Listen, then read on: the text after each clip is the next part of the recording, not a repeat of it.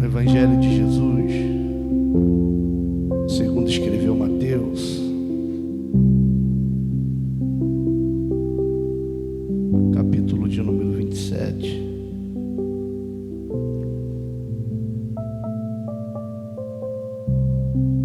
a partir do versículo 27. Evangelho de Jesus, segundo escreveu Mateus, capítulo 27, a partir do versículo 27, eu creio que Deus tem uma palavra para o teu coração nessa noite. Noite abençoada, onde nós estamos celebrando a Santa Ceia do Senhor com muita alegria, com muito amor, com muita gratidão, porque até aqui o Senhor tem nos ajudado. Eu vou ler, os irmãos acompanhem.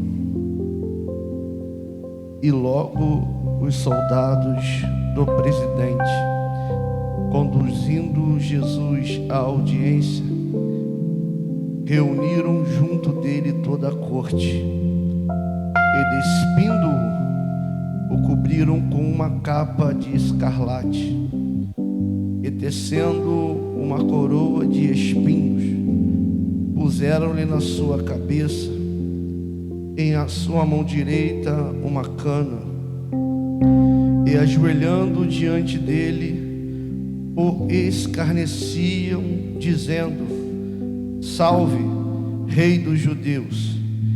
E cuspindo nele, tiraram-lhe a cana e batiam com ela na cabeça. Parafraseando esse texto, carta que Paulo escreve aos Romanos, capítulo de número 8, o versículo de número 35, apenas a parte A,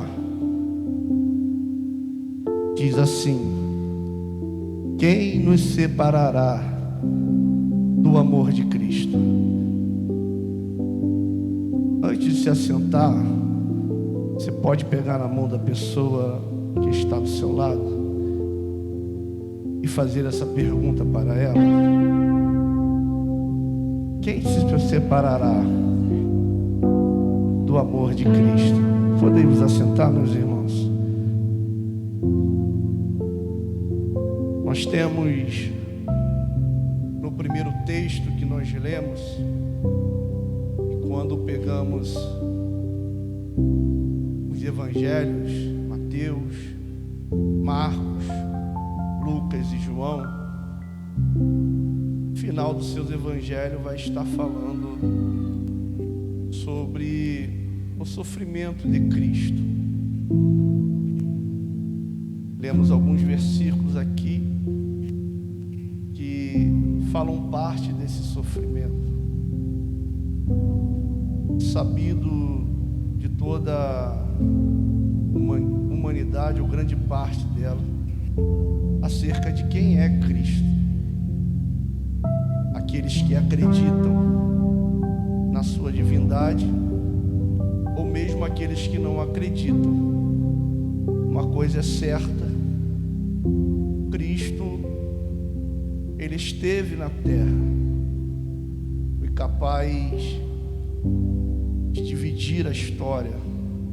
Se pegarmos qualquer livro, vamos observar que nos livros históricos, que vai separar as épocas é antes e depois de Cristo.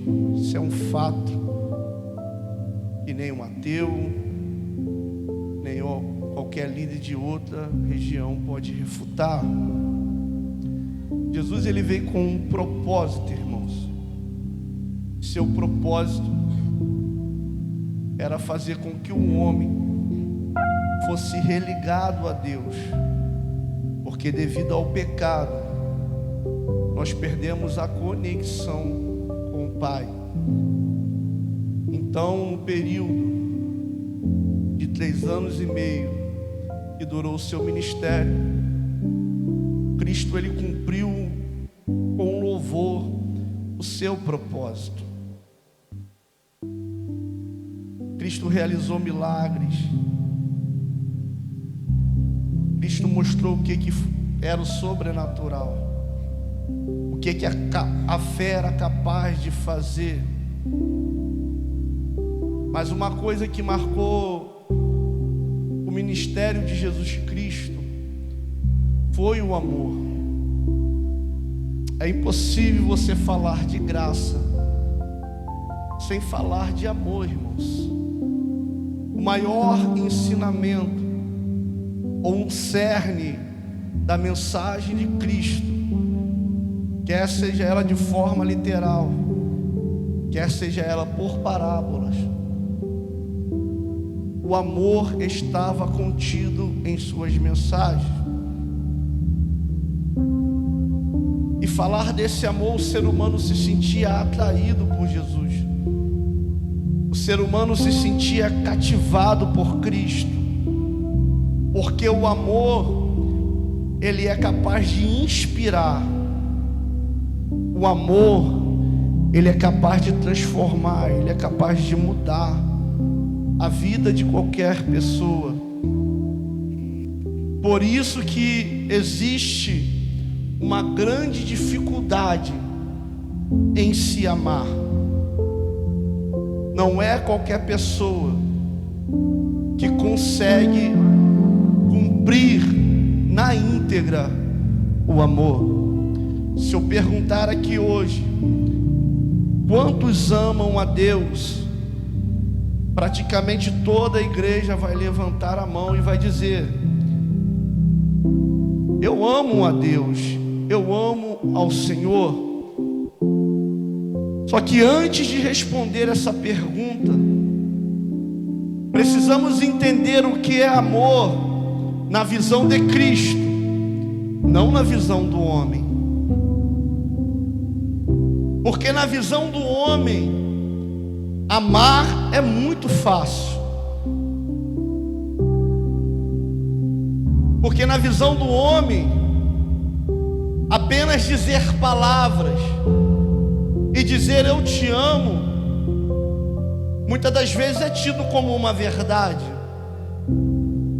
Só que o amor que Cristo ele veio demonstrar vai além de sentimentos, vai além de emoções, vai além do acelerar do coração, do arrepio no corpo, do nó na garganta ou da lágrima que rola pelo nosso rosto. O amor que Cristo vem nos ensinar é um amor permeado por decisão e ação. Não é um amor que consiste em palavras, irmãos. É um amor que consiste em atitude.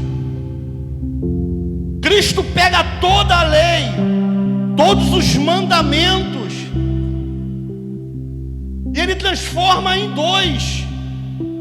E nesses dois mandamentos, a base é o amor, que é amar o Senhor teu Deus acima de todas as coisas, e amar ao teu próximo como a ti mesmo.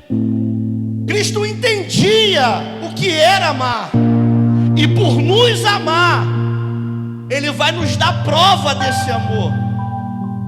Por nos amar, Ele vai deixar um exemplo para todos nós. Não um amor com palavras, irmãos, mas um amor dotado de ações e atitude. Porque Ele precisa colocar na prática o amor do Pai. O amor que João tenta explicar no capítulo 3, no versículo 16, que todos sabem de cor e salteado. E se eu perguntar aqui e pedir para você repetir, você vai conseguir dizer: porque Deus amou o mundo de tal maneira que deu o seu Filho unigênito, para que todo aquele que nele crê não pereça, mas tenha vida eterna. Repare que João tenta dimensionar esse amor, tenta mostrar o tamanho desse amor. E João, com toda a sua sabedoria, ele não consegue. Então ele usa a expressão: porque Deus amou o mundo de tal maneira. Porque esse amor, irmãos, não é possível dimensionar. É um amor muito grande, porque esse amor vai levar a sacrifício, esse amor vai te levar a dor, esse amor vai te levar à lágrima. Através desse amor você vai gritar: eu quero justiça. Esse amor muitas das vezes não vai fazer sentido nenhum, porque ele está além da lógica, está além do raciocínio. O apóstolo Paulo vai escrever à igreja de Corinto, ele tenta explicar um pouquinho desse amor. E ele vai dizer: olha, taca fogo no seu corpo, vende todos os seus bens, dá aos pobres. Mas se a motivação não for o amor, isso de nada serve. Fale todos os idiomas da terra, do céu, mas se a motivação não for amor, não presta. E ele diz que o amor tudo suporta. O amor não é invejoso. Então amar, irmãos, vai além da compreensão humana. É por isso que para amar você tem que esquecer a lógica e se entregar à fé. Só é possível praticar esse amor com uma fé madura. Porque quando não houver explicação para amar, é a fé que vai te dar base, você tem que crer. É esse amor que levou Jesus para a cruz. É esse amor que fez com o seu suor se transformasse em gotas de sangue no Getsemane. Foram 6 horas de uma sexta-feira, aonde ele passou por terríveis dores emocionais, psicológicas e físicas, para nos mostrar o que é amar. Não tem a ver com o tempo, irmão. Tem gente que está 5, 10, 15, 20 anos na igreja e não entende isso. Não entende o que é amor. E se você não entende o que é o amor, você ainda não se converteu. E se não há conversão, não há mudança, não há transformação. É um looping, é um ciclo que você vai viver de cair e levantar, de cair e levantar, sem que haja mudança, sem que haja transformação. É por isso que você não entende, que você vem para a igreja, você vem para o culto, você adora, você ouve a palavra, mas as coisas não mudam, você se sente triste, vazio. Daqui a sua resposta: não vai mudar,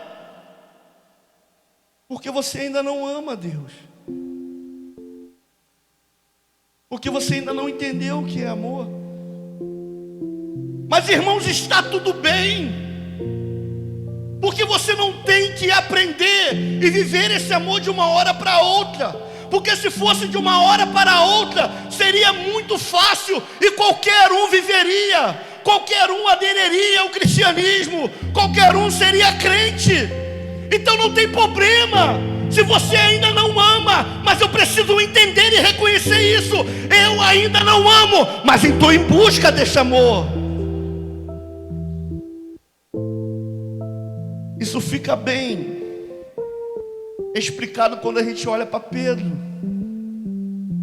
É o melhor exemplo, irmãos,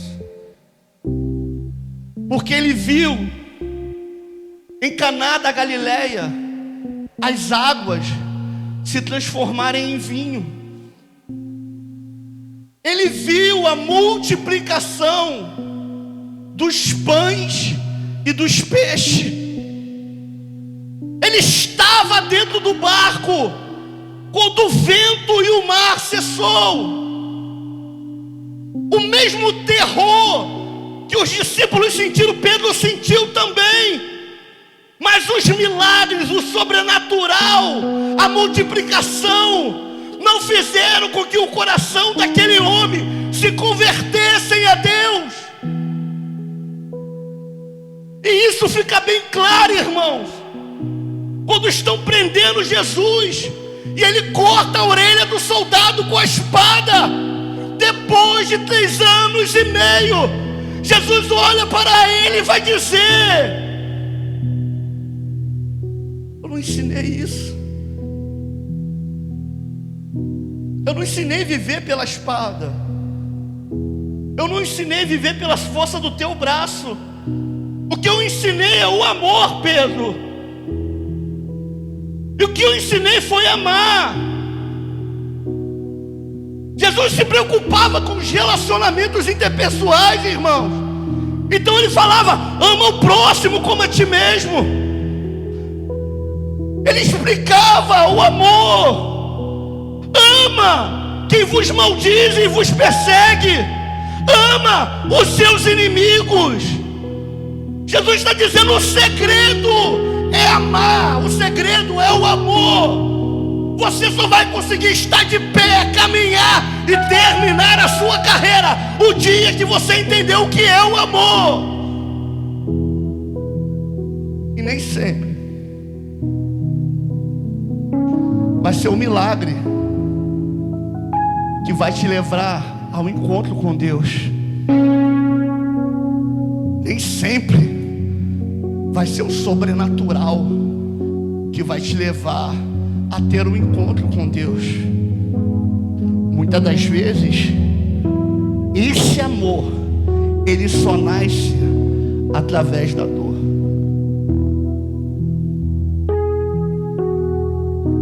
Sabe quando Pedro se converteu? Quando alguém falou para ele assim: você anda com ele, você é um deles. E Pedro disse: eu não conheço ele, eu não sei quem ele é. Mas pastor, ele viu o milagre, viu? Ele viu o sobrenatural, viu? Ele estava no Monte Tabor da Transfiguração, estava. Mas o que levou Pedro a ter um encontro verdadeiro com Cristo foi a dor. Que dor? A dor de ter negado o mestre. Porque quando o galo canta, ele se derrama em lágrimas. Ali ele quer parar, ele quer desistir. É a dor que ele está sentindo. Então muitas das vezes, o que vai te levar ao encontro com o Senhor, se o milagre não leva, se a palavra não leva, eu não gosto de usar essa expressão, mas não deixa de ser uma verdade. Quem não vem pelo amor, vem pela dor. E na vida de muitas pessoas é assim. E não tem problema, irmãos, porque faz parte da vida. Muitas das vezes Deus vai permitir que as coisas saiam do nosso controle. Tem vento que vem, que bagunça tudo, tira tudo do lugar. E você pensa: é o diabo. Não, é o meu amor inundando a sua vida. Mas está doendo, é para doer. Mas no final dessa dor, tu vai ter um encontro comigo. É por isso que Jesus vai pegar ele e vai dizer: tu me amas? Pedro, tu me amas? O que Pedro vai usar? Palavra. O que Pedro vai usar? Palavra. Pedro, tu me amas? Palavra, eu te amo. Jesus, eu não quero palavras. Tu me amas? Apacenta as minhas ovelhas. Pedro está dizendo: eu te amo com palavra. E Jesus está dizendo: eu não quero palavra, eu quero ação, eu quero atitude. Quando Jesus está dizendo para ele: apacenta as minhas ovelhas, você não entende. Deus está dizendo para ele: abra a mão da tua vida para o meu chamado, para a minha obra. Quando Jesus diz: apacenta a minha ovelha, Jesus está dizendo: a partir de hoje tu não tem mais vida. A partir de hoje a prioridade não é você. A partir de hoje a prioridade não é a tua casa. A partir de hoje a prioridade sou eu, é a minha obra, é o meu chamado. É isso que Jesus está dizendo para ele. Tu me ama?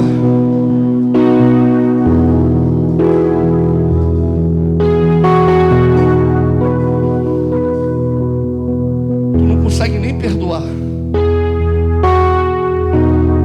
Não abre a boca para dizer que ama ele. É mentira.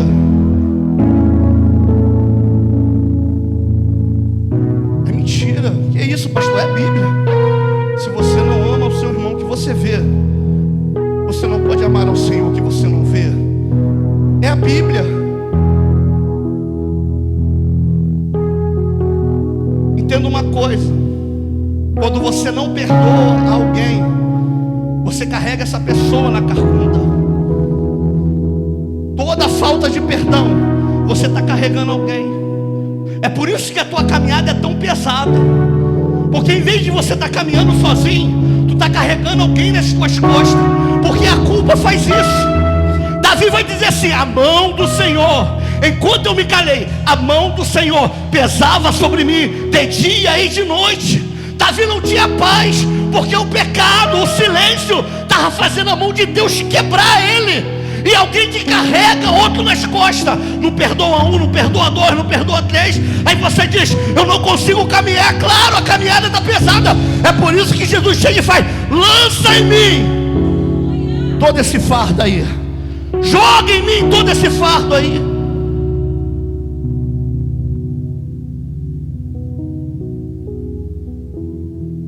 Eu poderia ter lido qualquer trecho aqui, que é forte.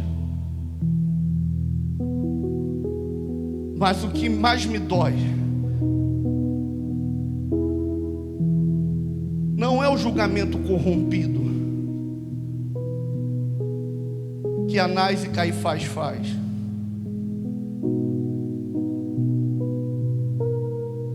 Não são os açoites. Mesmo tendo estudado e tendo conhecimento, a capacidade de destruição daquele chicote: 6 pontas de osso e 6 pontas de chumbo. O osso em contato com a pele cortava, o chumbo penetrava, e quando era puxado, saía pedaços do corpo dele. 39 açoites. O corpo dele ficou muito machucado. O corpo dele ficou destroçado. Mas quando eu leio essa história, eu vejo o escravo nas mãos. Eu imagino, irmão, como seria ter a mão perfurada, ou pior, os pés perfurados, a coroa de espinhos sendo cravada no seu couro cabeludo e após com uma pancada, aqueles espinhos penetrando na cabeça dele. A dor é surreal. Mas esse texto aqui não fere o corpo. O texto que nós lemos não fere o corpo. O que cuspiram nele, irmãos? Cuspiram nele. Estão ferindo por dentro, estão machucando por dentro. Escarnecem dele. Porque ele não só é o rei dos judeus, ele é o rei de toda a humanidade. Porque a Bíblia diz que ele é rei dos reis e senhor dos senhores. E pegam isso e zombam.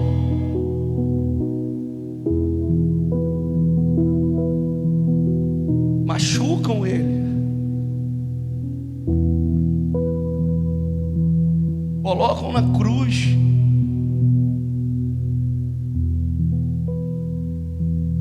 Para falar, ele tem que se apoiar nas mãos. As Suas costas passam pela madeira cheia de farpas que entram nas suas feridas e machucam.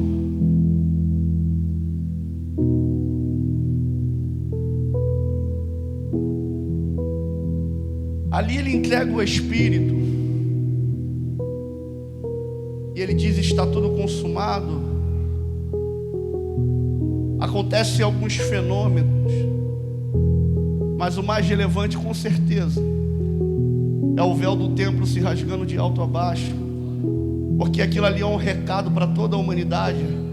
A partir de hoje, o propósito está cumprido. Vocês estão religados ao Pai. Vocês não precisam de sumo sacerdote, vocês já têm um. Pela ordem de Melquisedeque, vocês têm um sacerdote rei chamado Jesus Cristo de Nazaré. A partir de hoje não tem animal para levar. A partir de hoje tu não precisa de Pedro, de Maria, de João. Tu tem a Jesus Cristo, aleluia. E quando eu pecar, pastor, João escreve: quando você pecar, ora a ele, porque ele é o advogado fiel.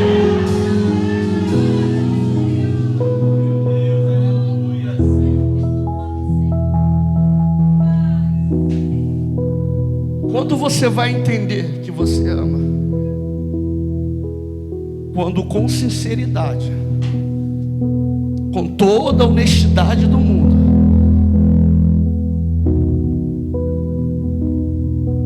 você responder a pergunta do apóstolo Paulo. Quando você for capaz de responder Romanos capítulo 8, versículo de número 35, que ele pergunta: quem nos separará do amor de Deus? A tribulação. Entende, irmãos? Essa é a resposta do apóstolo Paulo. Porque essa pergunta, cada um aqui vai responder no seu particular. Mas a resposta de Paulo foi essa: a tribulação, a angústia, ou a perseguição, ou a fome, ou a nudez, ou o perigo, ou a espada. Os primeiros exemplos são no decorrer do dia a dia de Paulo, que ele passava na terra. Então, quando a tribulação veio, Paulo diz: eu continuo amando. Quando a angústia tomou conta do ser dele, ele falou: eu continuo amando. Quando as pessoas perseguiam ele dizia: eu continuo amando. Quando o seu estômago roncava e ele não tinha que comer, ele dizia: eu continuo amando. Quando a espada se apresentava como uma ameaça contra ele dizia: eu continuo amando. Quando não tinha o que vestir, ele dizia: eu continuo amando. Eu amo ao Senhor.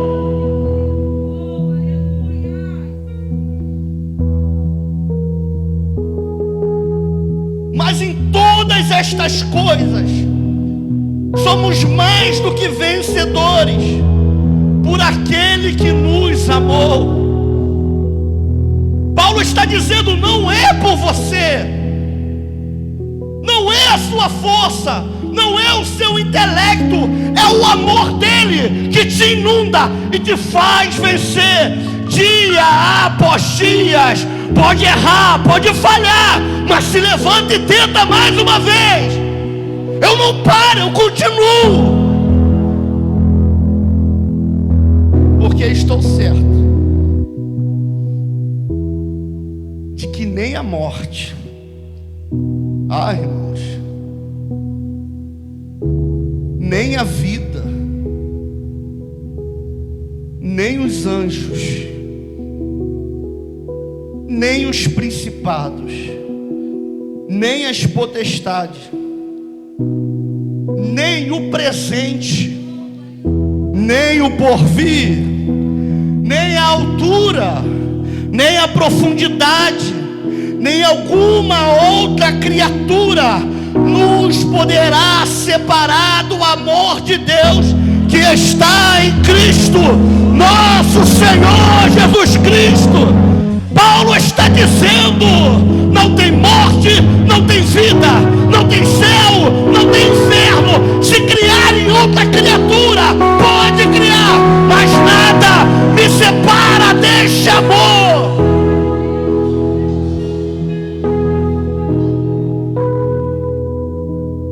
Nada.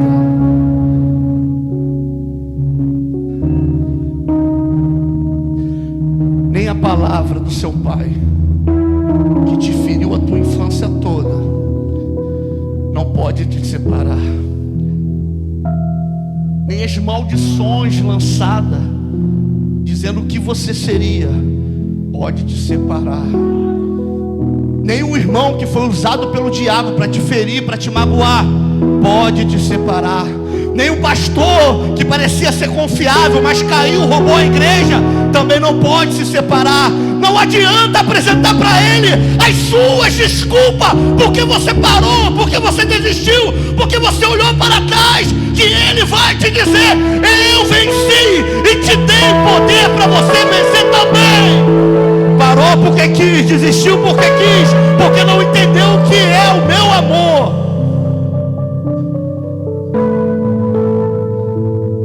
E ele deixou algo para nós.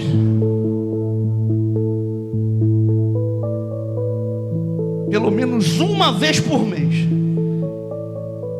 ele te lembrar desse amor. Aqui. Ele se assentou com os discípulos. E na mesa tinha todo tipo de crente. Traidor, o que ia negar, o que ia fugir, o que ia correr. Mas ele sentou, partiu o pão, bebeu o cálice. E essa lembrança, irmãos, é que pelo menos para uma vez por mês você tem que lembrar do sacrifício dele, aleluia. Pelo menos uma vez no mês você tem que lembrar disso aqui. Quando te faltar forças, irmãos, quando você pensar em parar, em desistir, não olha para o homem não, irmãos. Não olha para o pastor, não olha para o seu líder, não olha para o seu marido, para sua esposa. Não olha para eles não, porque são todos seres humanos. Olha para ele, irmãos. Olha para Jesus, lembra do propósito. Lembra porque você caminha, lembra porque você segue. Porque tem uma promessa estabelecida para mim e para a tua vida. E essa promessa é: eu vou para o Pai, mas não vos deixarei órfãos, enviarei o Consolador. Vou preparar a morada, mas vou voltar para te buscar. Vou voltar para te levar para o céu. Olha para isso e não para. Olha para isso e segue em frente, em nome de Jesus. Eu quero te convidar a você colocar a mão no seu coração, a fechar os teus olhos. E eu oro para iniciarmos a Santa Ceia do Senhor. Pode colocar a mão no seu coração.